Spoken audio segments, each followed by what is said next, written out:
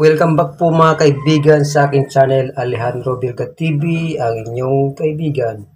Today's video naman mga kaibigan, ang ating gagawin ay magte-test tayo ng gold na nakuha natin sa dagat. Ayan.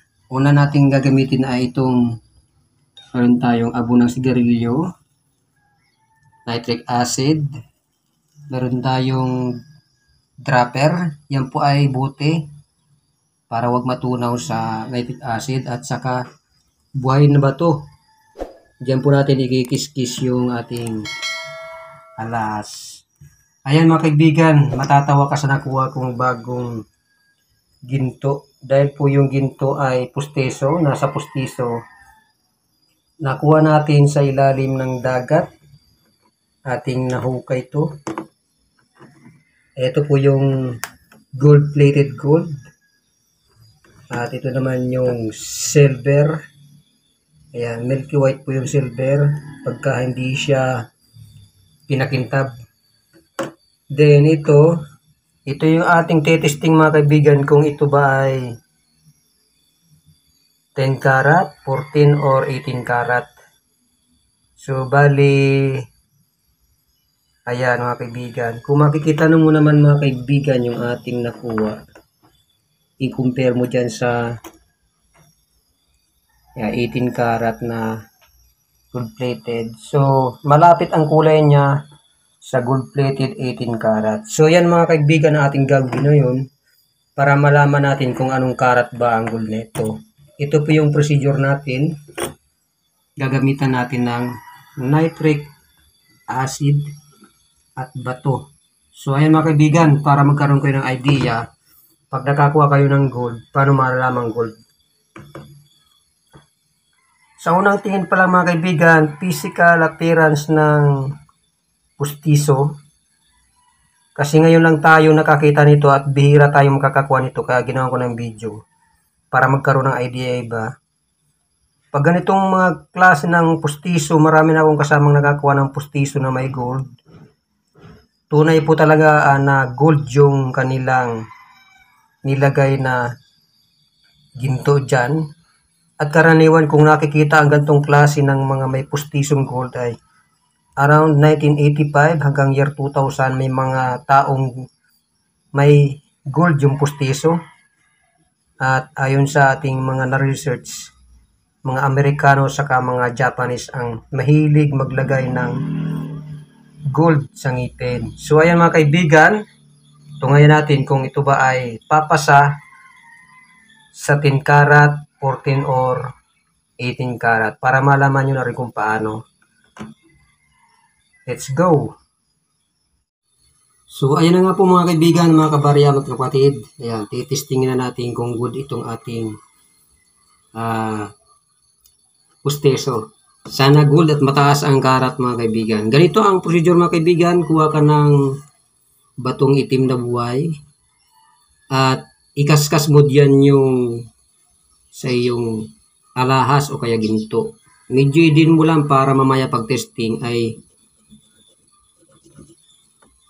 tawag dito wag agad babura kung tunay na 18 karat or 14. So ayan, matingkad na yung pagkakuskus natin mga kaibigan.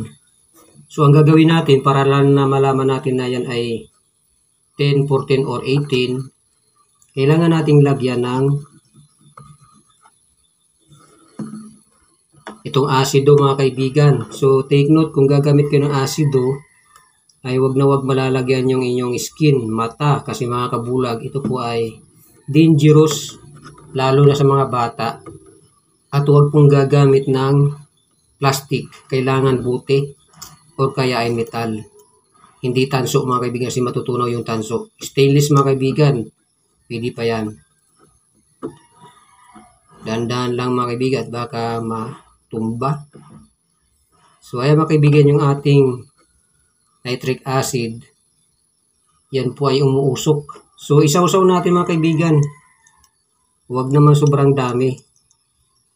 Then pag naisawsaw mo na yung dulo ng iyong yan, umuusok-usok siya. Then saka mo lagyan yung bato na may ginto. Pag yan ay nabura, Yan po ay 8 kilates o kaya tanso. So ayan mga kaibigan, hindi siya nabura. Hindi rin siya nag-discoloration. Ibig sabihin, pasado siya sa 14. Ayan. Pagka po nagkulay or iba ang kulay, nag-discoloration, yan po ay GIS 10 karat. Ito hindi nagbago ang kulay, still yun pa rin yung kulay niya. Siya po ay pasado sa 14 karat gold. So ayan mga kaibigan. At sunod naman natin gawin para malaman natin yan ay kung 18 karat naman.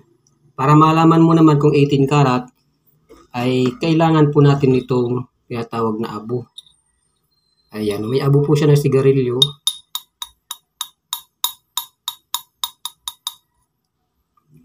At ilagay natin dito sa bato na may kinaskas.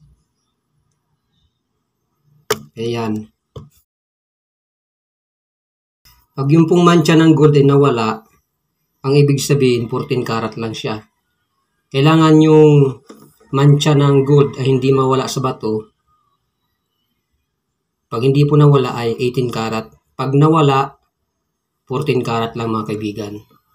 So pasado na siya sa 10 karat. Kaya dapat huwag siya mubura. Kasi pag nabura siya, siya po ay 14 karat lang. Pag hindi nabura, yan po ay 18 karat. Patuluan natin uli mga kaibigan ng asido.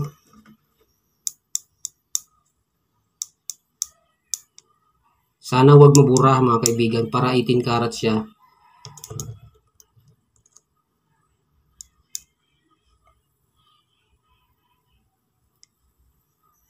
Ay mga kaibigan, kumukulo-kulo na.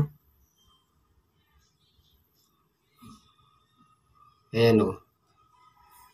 Kung mapapansin nyo mga kaibigan ay hindi siya nawala mga kaibigan. Hindi siya nawala mga kaibigan yung gold. Hindi siya nawala mga kaibigan yung gold natin kinaskas sa bato.